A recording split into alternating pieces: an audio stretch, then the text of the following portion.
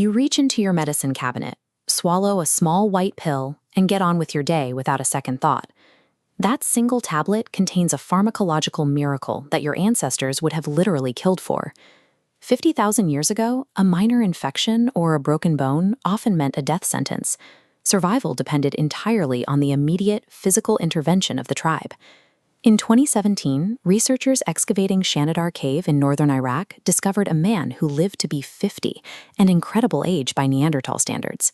This individual lived with severe physical impairments. His right arm had been amputated, he was partially blind, and he suffered from debilitating arthritis throughout his joints and spine. He could not have hunted or gathered food on his own. His survival for decades proves that his tribe actively protected, fed, and cared for him long after he could contribute to the group's physical labor.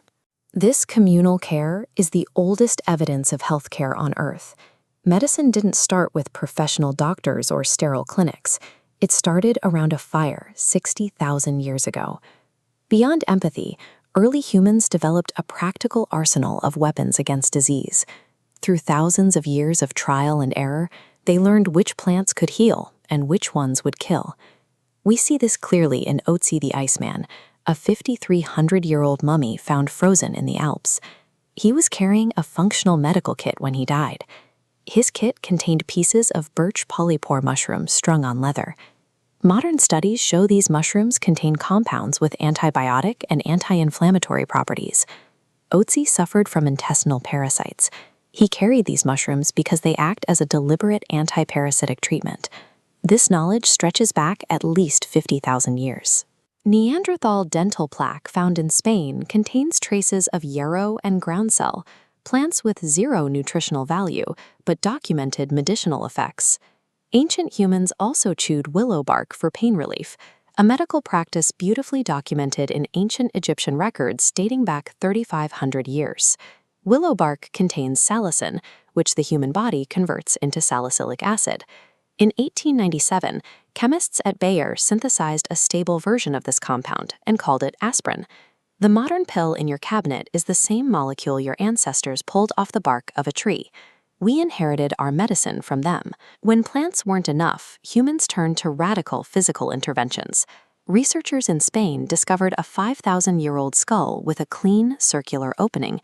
Human hands intentionally cut this hole with stone tools in a procedure called trepanation. Visible bone regrowth around the edges proves the patient survived. Trepanation sites appear on every inhabited continent. Ancient healers were likely attempting to treat invisible ailments, such as sudden seizures, severe mental illness, or debilitating headaches, by physically opening the skull to release what they believed was the source of the problem. These weren't crude, desperate attempts.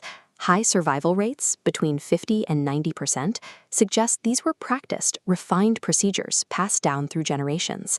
Managing this complex knowledge required a dedicated specialist who understood both the plants and the surgery, the shaman.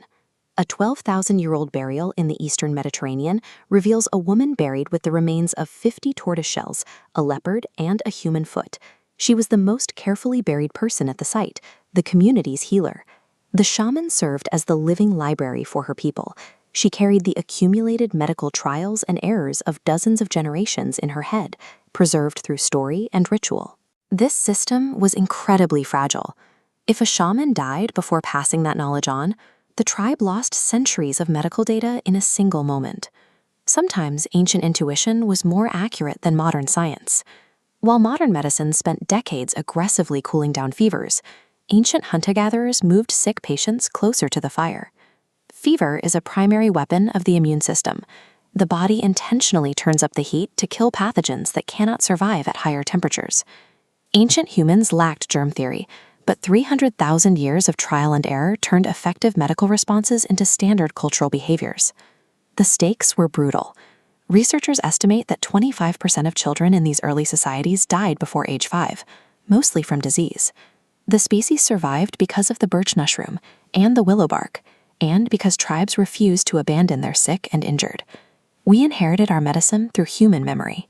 Today, we continue that same cycle of testing and observation to ensure our species survives.